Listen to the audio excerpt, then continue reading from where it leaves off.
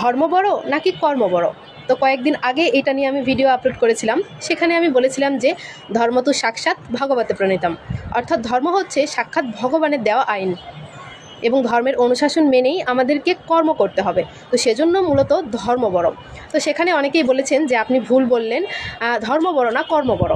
হ্যাঁ, কর্ম তখনই বড় হবে যখন আপনি ধর্মের অনুশাসন মেনে কর্মটা সম্পাদন করবেন। কি করে সেটি? আমরা তো বদ্ধজীব, আমাদেরকে অবশ্যই কর্ম করতে হবে এবং আমাদেরকে অবশ্যই খেয়ে বাঁচতে হবে, সেজন্যই কাজ করতে হবে।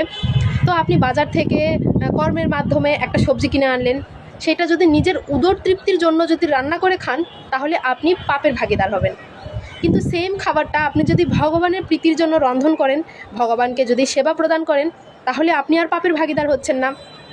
ভগবদ্গীতাতে আপনারা দেখবেন ৯ম অধ্যায় ২৭ নম্বর শ্লোকে বলা হয়েছে, যৎ করসি যদ অস্নাসি যজসি দদাসি যৎ তপস্যসি কন্তেও তৎপুরুষমদ অর্পণম। অর্থাৎ হে অর্জুন, তুমি যাই করো না কেন, যা আহার করো, যা হোম করো, যা তপস্যা করো, যা দান করো, তৎ সমুদয় আমাকে নিবেদন করো, তাহলে তুমি আর পাপের ভাগীদার হবে না। তো এজন্যই আমরা যেই কর্মই সম্পাদন করি না কেন, সেটা আমাদের করতে হবে ভগবানের প্রীতিবিধানের জন্য, ভগবানের সন্তুষ্টি বিধানের জন্য। আমরা যখনই কর্ম করব, সেই কর্মটার কারণে আমরা কখনোই পাপের ভাগীদার হব না। তো এজন্য মেইনলি ধর্ম বড়, আর কর্ম তখনই বড় হবে যখন আপনি ধর্মের অনুশাসন মেনে কর্মটা সম্পাদন করবেন।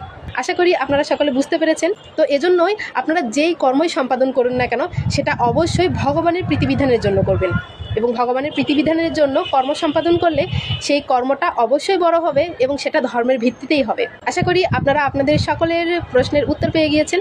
আর ভিডিওটা ভালো লাগলে অবশ্যই শেয়ার করে দেবেন। হরে কৃষ্ণা, হরি হরি বল।